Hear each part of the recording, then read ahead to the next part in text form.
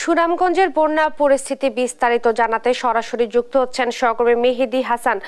চলে যাচ্ছে মেহেদীর কাছে। মেহেদী, সুনামগঞ্জের নদ নদীর পানি এখন কেমন দেখছেন? সবশেষ পরিস্থিতি আমাদেরকে জানাবেন।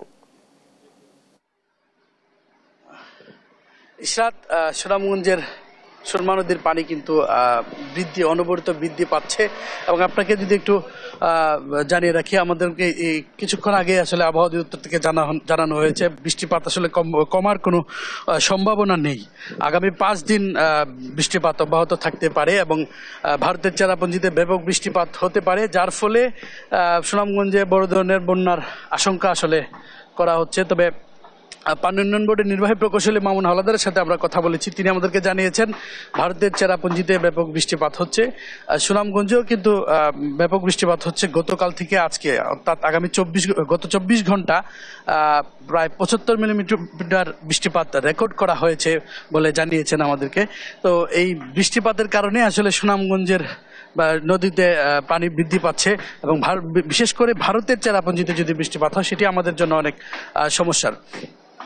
তিনি আমাদেরকে জানিয়েছেন যদি ভারতের চেরাপুঞ্জিতে বৃষ্টিপাত বন্ধ হয়ে যায় এবং এই পাহাড়ি ঢল না নামে তাহলে হয়তো পানি কমে যেতে পারে। তবে আরেকটি বিষয় আপনাকে জানিয়ে রাখি, সুনামগঞ্জের হাওরগুলো কিন্তু এখন বর্তমানে কানায় কানায় ভরে গেছে, যার কারণে সুনামগঞ্জের যে স্থানীয় লোকজন তাদের মনে একটি আতঙ্ক বিরাজ করছে, কারণ হাওর উপচে আসলে লোকালয়ে পানি প্রবেশ করবে। এই পানি আসলে মানুষের বাড়ির ঘরে উঠবে, যে তখন আসলে একটি ভোগান্তির সম্মুখীন হবেন সুনামগঞ্জের লোকজন। আপনাকে আরেকটি বিষয় জানিয়ে রাখি, সুনামগঞ্জের প্রায় 5টি উপজেলার যে গ্রামীণ সড়কগুলো আছে সেই গ্রামীণ সড়কগুলো কিন্তু পানিতে ডুবে গেছে এবং বিশেষ করে তাহিরপুরের যে সড়কটি আছে প্রধান সড়ক, সেই সড়কটি আসলে গতকাল থেকে পানিতে নিমজ্জিত আছে এবং আজকে দ্বিতীয় দিনের মতো কিন্তু সরাসরি সড়ক যোগাযোগ তাহিরপুরের সাথে বিচ্ছিন্ন রয়েছে সুনামগঞ্জের।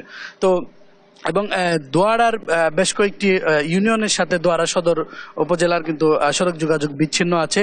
এইভাবে যদি বৃষ্টিপাত এবং পাহাড়ি ঢল অব্যাহত থাকে, স্থানীয় মানুষজনের মনে একটি আতঙ্ক বিরাজ করছে যে বড় ধরনের বন্যার আশঙ্কা তারা করছেন, কিন্তু পানি উন্নয়ন বোর্ড বলছে বড় ধরনের কোনো বন্যার শঙ্কা নেই, বৃষ্টিপাত কমে গেলেই এই পানি নেমে যাবে। আমরা কথা বলেছিলাম জেলা প্রশাসকের সাথে, তিনি আমাদেরকে জানিয়েছেন যে তাদের সকল ধরনের প্রস্তুতি রাখা আছে, যে কোনো ধরনের দুর্যোগ তারা মোকাবেলা করতে পারবেন। তো এই ছিল আমার কাছে সুনামগঞ্জ থেকে পাহাড়ি ঢলের সর্বশেষ তথ্য।